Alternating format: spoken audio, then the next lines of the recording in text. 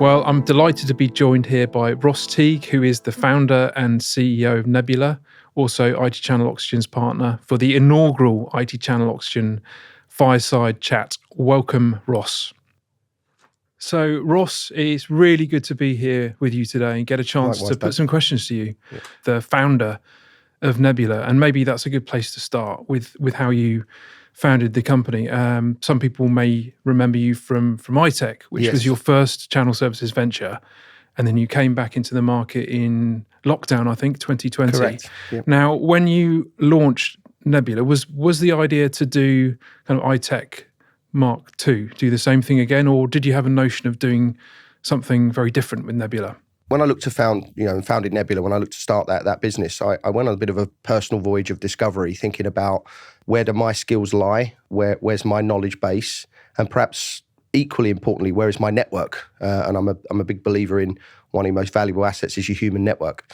And I went on a bit of a voyage of discovery, thought about that quite a lot, and got back to the point of actually, I pretty much only know how to do one thing, and that's build global channel services organizations. So naturally, by sort of osmosis, it kind of filtered me in that direction to do a kind of, I don't want to call it an iTech 2.0 because they're very different businesses, and we'll get into that, but a similar concept because, as I said, that's my kind of core strength, I believe, and my network of people and customers and partners, etc., very much fall within that sphere. So it was kind of protracted voyage of discovery because I had a lot of time on my hands. It was the first lockdown, nothing else to do.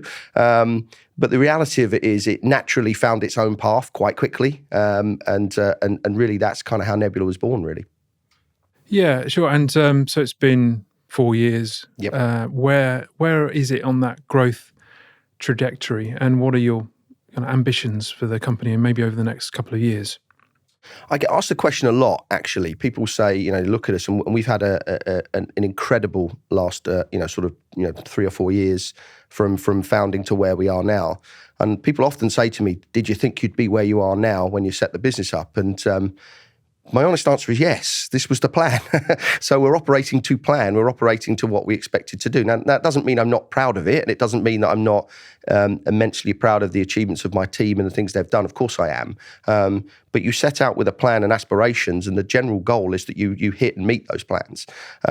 Last financial year, which our financial year ended at the end of May, we actually set two budgets. We set our standard budget and we set a stretch budget, and we overachieved stretch as a budget, which was perhaps slightly above expectation. But we also amended the investment in the business once we realized we were shifting from one budget to another. So we invested a lot more in things like marketing and brand. We invested a lot more in systems and IT and a lot more in people, which is obviously a critical part of our business. So, we're growing incredibly well.